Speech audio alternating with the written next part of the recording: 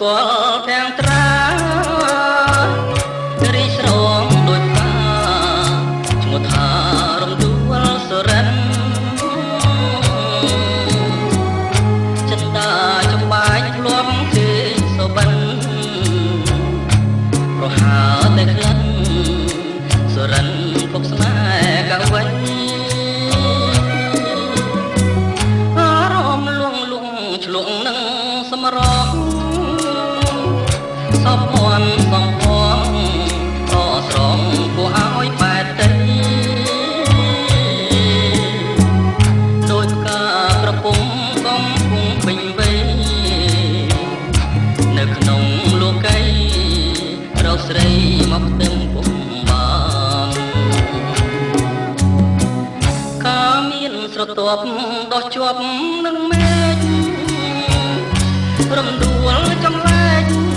ដល់ផ្លែប្រហូបរកគ្មានណា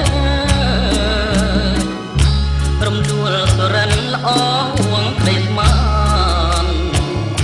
ប្រសិនបែបបានទុប្រានរៀមអងទុំខារៀមកេងមកមើមកហើចិនស្មោះជានាងរៀមរួងក៏ព្រួងរសជាតិបូផារំដួលសរិនសូមទានមេត្តាជួយប្រងសង្ខាចិនតាដែលបងប្រឹងស្ម័គ្រ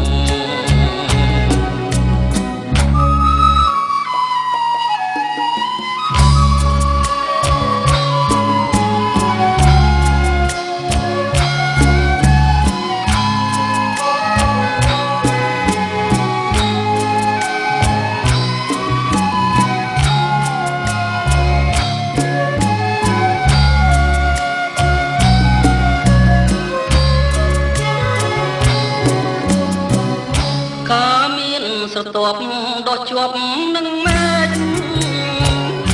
រំដួលចំលែកអផ្លែក្រអូបរកគ្មានណារំដួលសរិនល្អហួងក្តីស្មានប្រសិនបែបបានប្រានរៀមអងទុំខា